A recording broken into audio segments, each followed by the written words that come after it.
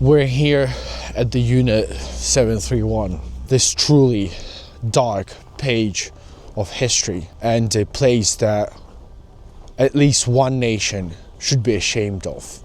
A few old bricks that look like they haven't been touched in decades. You'd never guess what happened here. Between 1936 and 1945, it was the headquarters of Unit 731, one of the most secret and horrifying biological warfare programs in history. Most people have never heard of it. Even in China, many locals avoid talking about it. But what happened inside these walls is something that the world needs to remember. Unit 731 was a secret division of the Imperial Japanese Army. Officially, it was a water purification unit. In reality, it was a human experimentation facility. Mostly Chinese civilians, but also Koreans, Mongolians, Russians, and other allies were brought here. They were called Maruta, which means logs, so the researchers could pretend they were not experimenting on human beings. Their names were erased forever after they stepped in the facility, and the only thing that those people had was a 3-digit number assigned to them. Not a single prisoner ever left Unit 731 alive.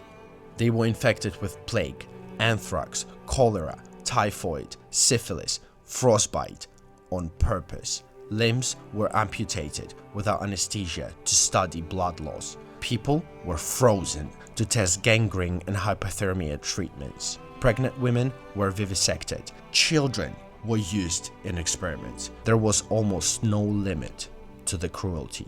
The goal: to develop biological weapons that could be used against civilians and soldiers. Fleas infected with bubonic plague were bred by millions here. Bombs filled with infected insects were dropped on Chinese villages. When the war ended, almost everything was destroyed. Buildings burned, documents shredded, evidence buried. The lead scientist, Shiro Ishii, and most of the unit's officers were never prosecuted. The United States granted them immunity in exchange for their research data. Today, what remains is a few lab buildings, some preserved office rooms, a small museum, and a heavy silence that is hard to describe. I came here because this part of history is still buried for so many people. It's uncomfortable, it's dark, but ignoring it doesn't make it disappear. This isn't just about the history. This is about the memory of those who suffered here. Remember, they were just people like you and me, who had parents, kids, friends, pets, plans and goals for future that were never about to happen.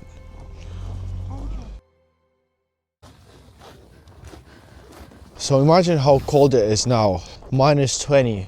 They used to take the prisoners out here in the cold. The soldiers would pour water on the hands of the prisoners. They pour it once, twice, 3 times, and from time to time they would come over and hit the hands with a stick, and until they hear the wood on wood sound they wouldn't stop. Then when they hear the wood on wood sound, the hands are completely frozen, they're iced. They would take them back in, probably in this building, because it says that these are the remains of that frost, they call it frostbite lab. They would take them in and let them put their hands into warm water. The other ones they put in hotter water and then into boiling water to see how the body reacts to frostbite. It's the place where the frostbite tests live on humans conducted. So exactly as I told you, that's what was happening here in this section. You really do sense like that horrible things were happening here. People were suffering here. A lot of people were suffering here, undeservedly. You're not wearing any clothes and you get tied up to a log. Those animals pour water on you and there is no escape. It's not like, okay, I can hold on for a bit and then whenever I feel like, oh, I can't do it anymore, there's a stop button. There is no stop button. I'm sure a lot of those people were begging for a quick death, which they did not receive. This here union, come closer, this building is where they used to breed weasels and rats and then inject them with all sorts of stuff like plague and other deadly infections and then let them free in the neighboring villages. Everything that we know that was happening in this laboratory, we know from the words of Japanese soldiers that were caught, and we don't have any eyewitness of the survivals. So everyone who got into these walls had one-way ticket.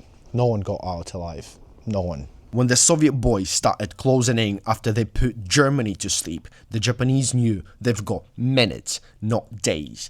They sprint back to that Mount Fuji as fast as they could, dynamiting and burning most of the buildings to destroy evidence.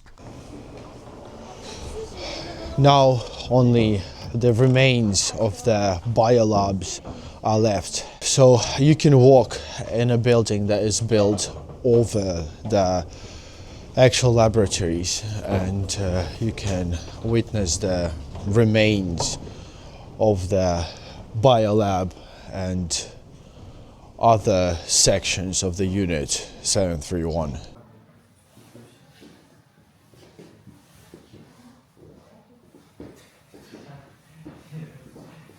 After the Second World War, he was caught by the US, and they took him and other high-ranking people from this lab and promised not to put them in jail or execute them in return for information of the experiments that they conducted.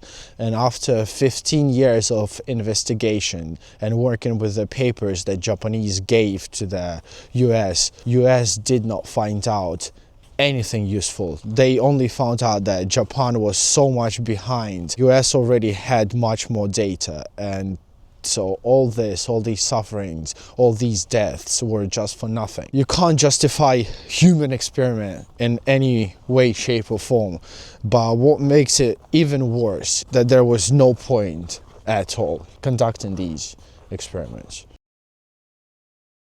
At first I didn't want to mention this, but I feel like I have to. On the territory of 731, right by the exit, there are people who are selling sausages and those bintang hulu, and two guys are here with their pets, foxes, and you can come take picture with the foxes, buy a sausage on the territory of 731, where horrible, absolutely horrible things happened. More than 400,000 souls burned, dismembered. I just think it's not fair.